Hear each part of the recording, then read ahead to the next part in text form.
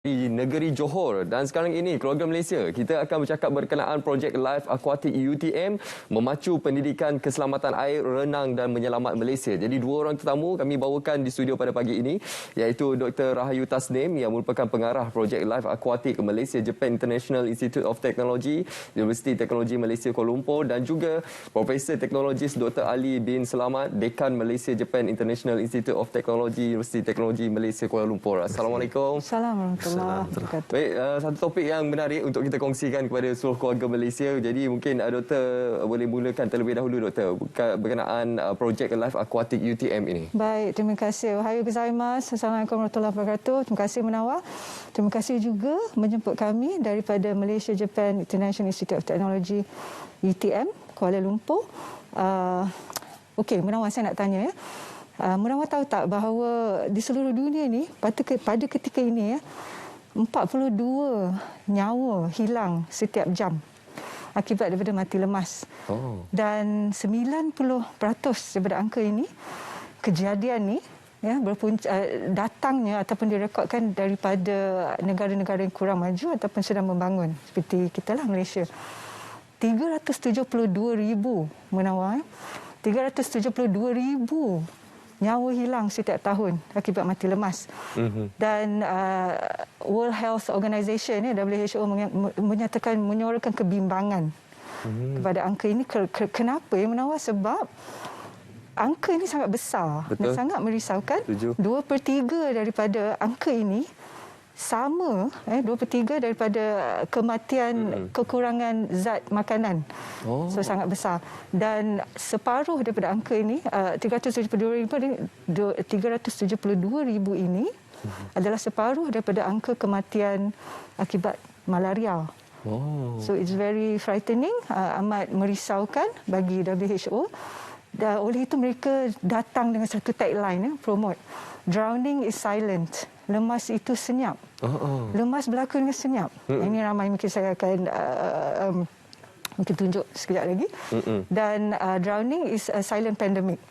Ya, pandemik yang senyap, pembunuh yang senyap.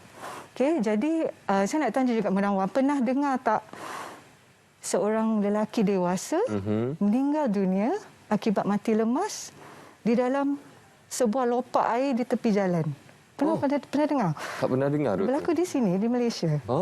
Ya, rakan baik kepada rakan saya sendiri. Dan Menawar nak tahu tak dalam mana lopak? Of course Menawar mungkin tertanya-tanya. Dalam mana? Okey, saya tunjuk. Saya bawa dua buku ni kan Menawar. So dalam dia ni. Bagaimana boleh lemas? Yes, 3 cm. Buku ni 3 cm tebalnya. Okey, saya nak bawa kepada definisi lemas. Okey. Dan saya berbalik pada cerita tadilah, arwah yang meninggal tadi. Sebenarnya bila postmortem, apa yang berlaku? Dia menunggang motosikal, terjatuh. Okey. Di dalam selopak air, dalamnya cuma 3 cm. Okey. Dalam ni 3 cm. Apa yang berlaku? Postmortem mengatakan dia tak injured ataupun tidak meninggal dunia disebabkan kecederaan akibat kemalangan, tapi mati lemas. Di dalam lopak air di tepi jalan sedalam 3 cm saja. 3 cm saja. Yes. So apa yang berlaku? Wallahualam. Tapi teorinya adalah beliau unconscious. Kita boleh jatuh motor, kita boleh just rebah anytime dan unconscious dan dia tertiarap. Di dalam lopak air sedalam 3 cm itu saja. Okey. Bila tertiarap, tak ada orang. Mungkin ada orang, tapi tak tahu nak buat apa. Panik. Dan dia memang unconscious. So, what happens? Saluran pernafasan, mulut dan hidung, tak boleh bernafas. Tak boleh bernafas. So, itu definisi lemas Menawar. Definisi lemas bukannya lemas dekat pantai ataupun sungai ataupun tasik. Tak. It can happen anywhere. Boleh berlaku di mana-mana. Definisi lemas oleh WHO adalah proses di mana pernafasan akan terganggu dan terhalang atau terhenti disebabkan kita dicelup, immersion. Dicelup atau direndam atau ditenggelamkan dalam air. Dan air sedalam mana yang mampu membuatkan kita lemas? Mengikut Dalam 3 definisi WHO 3 cm. Oh. Tak ramai tahu. Kenapa menawar 3 cm? Sebab hidung kita mungkin menawar lebih mancung daripada saya. Yes. Kan? So 3 cm. Lebih kurang. So, bila kita tertiarap dan tiada siapa datang membantu, tiada siapa tahu CPR, inilah guna mannequin, kita train CPR dan sebagainya. Dia terbiasa begitu dan brain damage akan berlaku dalam masa 3 minit sahaja. Masa yang sangat singkat. Ya. So apa dia kami, Project Life Aquatic? Kami bukannya sebuah projek yang ditaja oleh mana-mana grant kerajaan ataupun private swasta, tapi kami merupakan sebuah projek 5 tahun yang ditaja oleh rakyat Malaysia seperti Munawar sendiri untuk menjalankan program-program untuk memacu pendidikan keselamatan air, renang dan menyelamat. Termasuklah apa berlaku jika episod tadi berlaku. Dan penanda aras kami adalah disebabkan kami para akademik, kami bekerjasama dengan Life Saving Society Malaysia, salah sebuah organisasi penting dalam keselamatan air, renang dan juga life saving, menyelamat.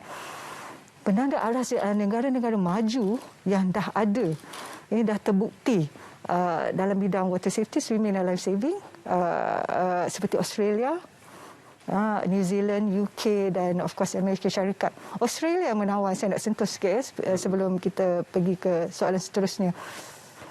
Mereka ada satu tagline, wajib anak-anak sekolah mereka swim 50 meter, berenang dan float 2 minit.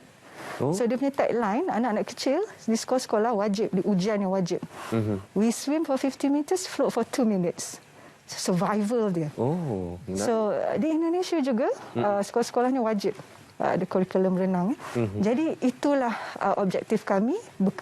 Kami sedang bekerjasama dengan pelbagai pihak, khususnya LSSM, Life Saving Society Malaysia, untuk menerapkan ilmu keselamatan air, renang dan juga menyelamat kepada komuniti-komuniti yang mungkin tercicir sebelum ini, tak menerima akses kepada pendidikannya lah, menawar. So itu sedikit kenapa pentingnya keselamatan air, renang dan juga ilmu menyelamat ni.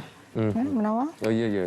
Seperti yang doktor nyatakan tadi, dari sudut statistik dan angka peratusan berkenaan mangsa lemas ini yang agak mengejutkan, khususnya dalam kalangan negara-negara membangun dan juga negara kurang maju. Jadi itu merupakan satu perhatian yang perlu kita war-warkan kepada masyarakat di luar sana. Betul. Jadi mungkin Prof juga boleh memperincikan lagi bagaimana dari sudut penglibatan dari sudut Malaysia Japan International Institute of Technology UTM dalam projek Life Aquatic ini bagaimana? Okey, terima kasih atas soalan tadi. Jadi berdasarkan kepada perjalanan MJIT ini, kita adalah sebuah institusi yang dibangunkan bersama antara kerajaan Malaysia dengan kerajaan Jepun dengan bantuan daripada JICA, ya. Dan dari segi aspek penglibatan pihak Jepun sendiri, ada lebih kurang 30 universiti Jepun yang menjadi tulang belakang kepada penubuhan MJIT ini. Dan umum mengetahui di negara Jepun ni berlaku tsunami, gempa bumi, banjir, ya, dan sebagainya. Jadi apa dipanggil fenomena bencana alam ni memang sentiasa berlaku. Jadi perkara yang besar yang berlaku di sana adalah banjir besar yang berlaku saban tahun disebabkan oleh berlakunya hujan yang sangat lebat dan akan ada potensi dipanggil tsunami juga berlaku. Jadi dari segi program tersebut, bagaimana Life Aquatic ini kita libatkan dalam projek bersama dengan MJIT ini adalah berkaitan dengan kepakaran yang mereka ada. Jadi mereka telah ada pakaran lebih daripada 50 tahun berlaku di sana, ya. Dan juga bagaimana kita boleh mengambil kepakaran mereka dan best practice, cara-cara penerapan pengetahuan kepada masyarakat setempat. Jadi kalau di Jepun berlaku situasi banjir dan sebagainya, mereka cuba meminimumkan jumlah kita kata mangsa yang tercedera ataupun kematian. Jadi itu antara perkara yang kita terapkan dan kita adaptasi untuk program kita bersama dengan Life Aquatic ini. Jadi untuk itu kita di MJIT kita ada satu program dipanggil Sarjana Pengurusan Bencana.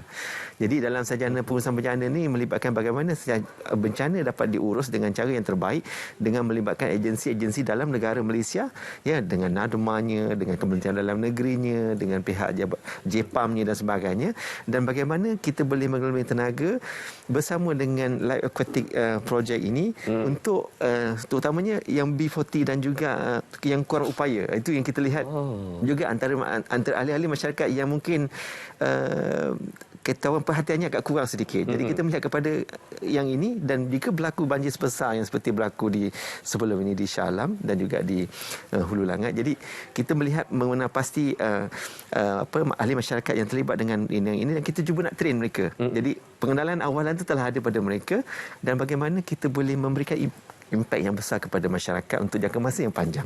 Itu untuk perkara yang kita fikirkan, dan ini diamalkan di Jepun. Jadi mereka cuba melihat, sebab di sana ramai warga-warga tua yang umur 80 ke atas. Jadi bila waktu banjir sebagainya, mereka tidak ada kekuatan lagi.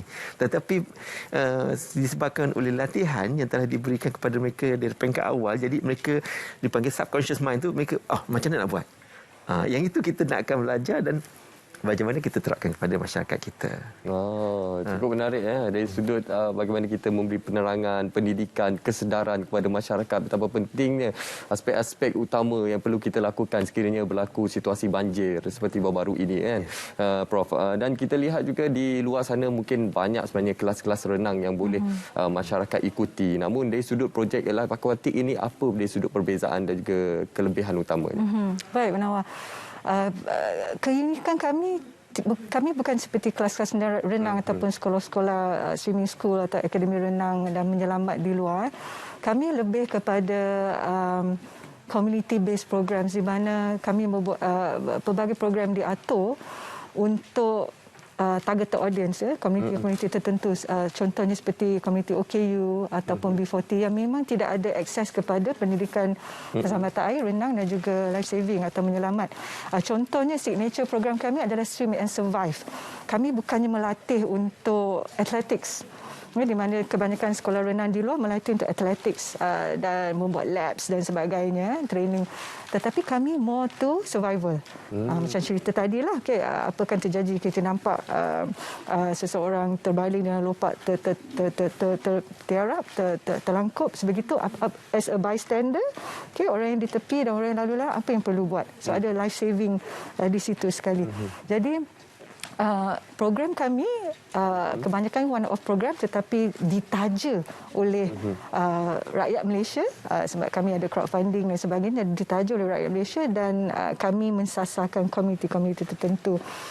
Contohnya seperti anak-anak kecil yang buta pun kami memang train untuk swimming dan life saving. Contohnya yang tak ada pendengaran, yang pekat bisu pun memang kita melatih mereka. Jadi terpanggillah projek Life Aquatic. Sebenarnya Munawar terpanggil untuk lebih mensasarkan komuniti-komuniti yang memang apa berlaku kalau tak boleh menjerit sewaktu lemas, apa yang berlaku, contoh.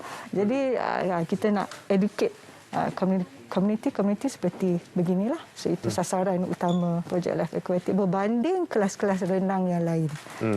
Saya sangat tertarik dengan penerangan daripada doktor dari aspek survival itu. Apa yang akan kita lakukan sekiranya berlaku situasi di luar jangka. Itu akan kita dapatkan pencerahan dengan lebih lanjut selepas ini, doktor. Tapi Prof, mungkin boleh berikan penerangan kepada seluruh keluarga Malaysia pada ketika ini dari sudut keselamatan air ataupun water safety ini bagaimana, Prof? Okey, jadi berdasarkan apa yang kita lihat tadi dari segi aspek keselamatan air ini, sebenarnya apa yang kita perlu lihat adalah yang pertamanya ada kesedaran kita suka bermain dengan air, kita suka bermain di tepi pantai, dan kita kadang bermain di tepi kolam renang pun ya. Jadi ada antara perkara-perkara berlaku, mungkin ada pusaran air ataupun dipanggil ombak yang kuat akan mengaut kita ke tepi pantai dan terus ke dalam. Jadi dari segi aspek keselamatan airnya perlu ada kesedaran peringkat awalan, bagaimana kita memastikan ada basic life saving knowledge atau pengetahuan berkaitan life saving, ataupun jika kita berada dalam air, berapa lama kita boleh survive jika kita tenggelam, ya. Jadi bagi memastikan badan kita sentiasa timbul pada setiap masa, ataupun mungkin dalam 2-3 minit yang pertama. Sebab pertama kali bila kita masuk dalam air ini, bagaimana kita mengawal perasaan supaya tidak panik. Itu yang paling utama. Itu key point yang setiap orang, yang individu yang kita train ni, supaya kita faham. Bila kita mula panik, kita tak boleh nak fikir apa what next. Apa yang kemudian yang kita laksanakan. Jadi bila kita berada dalam situasi di gigi air ataupun di kawasan yang mungkin akan terdedah dengan keadaan-keadaan begini, maka yang pertama kalinya kita lihat kepada kesedaran bagaimana mengawal mental, kita panggil state of the mental ataupun keadaan kita punya emosi kita pada masa tersebut, ya. Kadang-kadang bila kita main tepi air itu seronok, kita leka, kita tak perasan, ya, dan bahaya tu datang mengundang secara kata orang tu dalam keadaan yang sangat cepat. Jadi dalam keadaan yang begitu, apa tindakan? What next? Jadi itu perkara yang kita tekankan, ya, dalam ni dengan Dr. Rahayu, terutamanya untuk kanak-kanak OKU, ya, orang-orang OKU yang bagaimana penyampaian untuk mereka. Kadang-kadang mereka tidak boleh melihat, dia tidak boleh mendengar. Jadi maklumat itu perlu sampai mereka supaya mereka dapat juga menerima pengajaran atau pembelajaran bagaimana untuk peringkat awalan untuk mereka survive. Jadi itu perkara yang paling utama yang kita terapkan dalam program life saving ini, terutamanya dari segi aspek orang yang kurang upaya tadi, ya. Jadi seluruhnya dari segi aspek life saving tadi, kita menerangkan juga teknik bernapas. Jadi teknik bernapas tu bila masuk dalam air tu bagaimana kita boleh menahan bernapas kita dan dalam keadaan yang sama kita what next, apa action yang seterusnya kita akan laksanakan, ya. Jadi itu antara dua perkara utama yang kita terapkan di peringkat awalan supaya peserta-peserta kita ni ataupun orang yang terlibat dalam program latihan ini dapat mengadaptasi dengan keperluan awalan supaya mereka dapat bergerak dengan selamat bila bahaya datang ke hadapan mereka. Ya, dan Prof tadi ada menyentuh berkenaan komuniti OKU. Yes. Jadi mungkin kita boleh dapatkan penjelasan daripada doktor sendiri bagaimana melalui projek Life Aquatic ini boleh memberi implikasi dan juga kesan impak yang lebih positif kepada golongan OKU ini untuk memastikan mereka sentiasa bersiap siaga. Pastinya ramai juga penonton yang nak tahu mereka ada golongan OKU yang tak boleh melihat, tak boleh mendengar. Jadi bagaimana teknik survival untuk mereka ini? Okey, Munawar.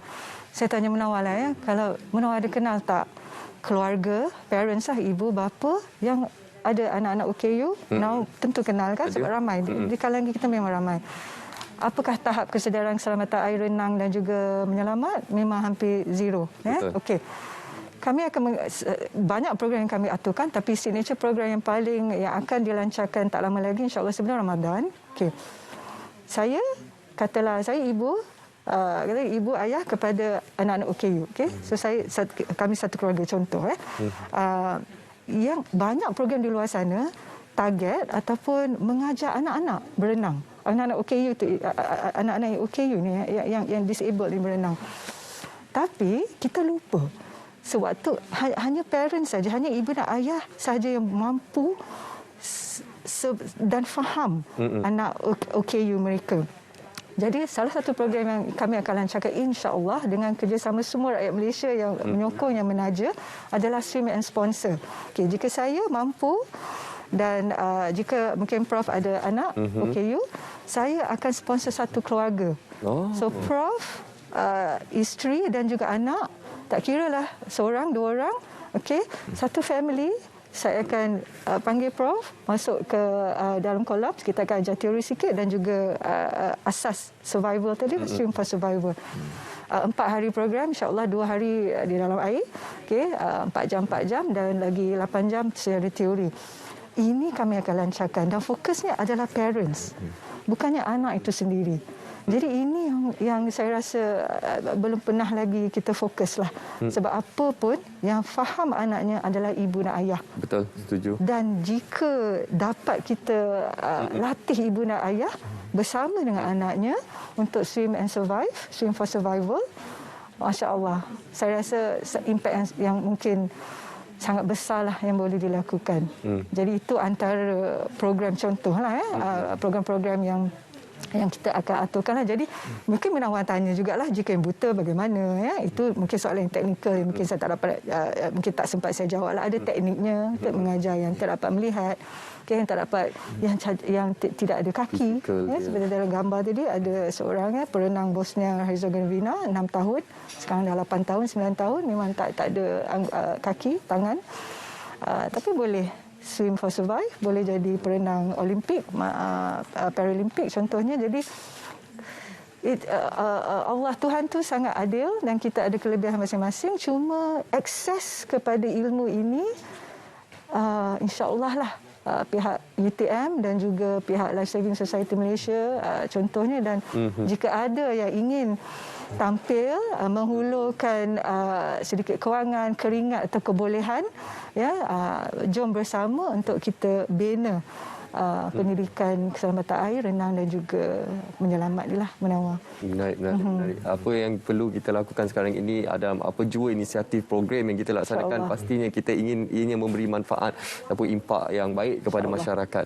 Mungkin Prof juga boleh evaluasikan lagi, Prof, apa antara bentuk program tajaan lain yang boleh kita semua rakyat Malaysia boleh lakukan untuk kita menyumbang khususnya dalam projek Life Aquatic ini. Okey, mungkin dari segi aspek keperluan-keperluan tadi, kita melihat kepada kalau ada ahli atau masyarakat Malaysia yang mempunyai personal kita panggil pool, ya. Jadi tak semua orang ada pool di rumah masing-masing dan kita akses pada kolam yang ada ni pun agak terhad, ya, sebab dia ruangnya luas. Jadi kalau untuk projek yang sebegini rupa, biasanya kita akan lebih personalize. Dia melibatkan mak dan ayah dan juga pelajar OKU tadi tu. Jadi kita perlukan sumbangan dalam bentuk begitu. Mungkin juga ada sumbangan yang lain adalah dari segi life jacket, ya. Life jacket kalau mereka boleh menyumbang, ya, dan juga keperluan lain tu kalau ada sumbangan kewangan tu mungkin boleh terus disumbangkan kepada program ini, ya, melalui maklumat yang telah kita kongsikan. Dan pada masa yang sama juga kita menyeru kepada rakyat Malaysia disebabkan oleh kata orang tu kesedaran bagi meningkatkan kefahaman untuk menyelamatkan diri dari segi bila berlakunya banjir, bah yang berlaku. Dia tidak mungkin hanya berlaku sekali, dia akan berlaku banyak kali. Betul. Ya, dan pada bila-bila masa. Jadi untuk itu kita melihat bagaimana kita dapat bersama-sama membantu terutama golongan yang kurang upaya, ya, dan juga golongan B40 yang tidak dapat akses kepada pendidikan sebegini rupa, dan kita mengharapkan agar manfaatnya dapat dicapai oleh semua dan mengurangkan jumlah kematian, ya, seperti yang best practice yang telah kita dapat daripada negara Jepun, bagaimana mereka dapat mengurangkan jumlah kematian atau jumlah kecederaan disebabkan oleh pengetahuan yang mereka telah sampaikan kepada semua lapisan masyarakat daripada peringkat awal bagi mengekang ataupun mengurangkan risiko yang tinggi kepada mereka. Jadi itu yang kita menyeru kepada rakyat Malaysia agar dapat bersama-sama membantu mereka kita semua untuk program Life Saving Aquatic ini. Untuk mengetahui dengan lebih lanjut berkenaan projek Life Saving ini, projek Life Aquatic ni ada media sosial ke yang boleh diikuti? Kita ada, Dr. Rahim. Ada Facebook, just Google je projek Life Aquatic. So banyak tips-tips juga kami kongsi di dalam page kami. Okey, anda boleh terus kunjungi laman Facebook ataupun media sosial projek Life Aquatic. Terima kasih. Kita ucapkan kepada kedua-dua tetamu kita, Dr. Rahayu Tasnim dan juga Profesor Teknologi Dr. Ali bin Selamat atas perkongsian pada hari ini. Kita harap ianya dapat memberi manfaat dan juga impak yang berguna kepada masyarakat di luar sana, bagaimana untuk kita mengaplikasikan teknik survive ataupun survival dalam kehidupan kita dan menghadapi situasi luar jangka. Terima kasih sekali lagi atas perkongsian ini. Sekarang ini kita akan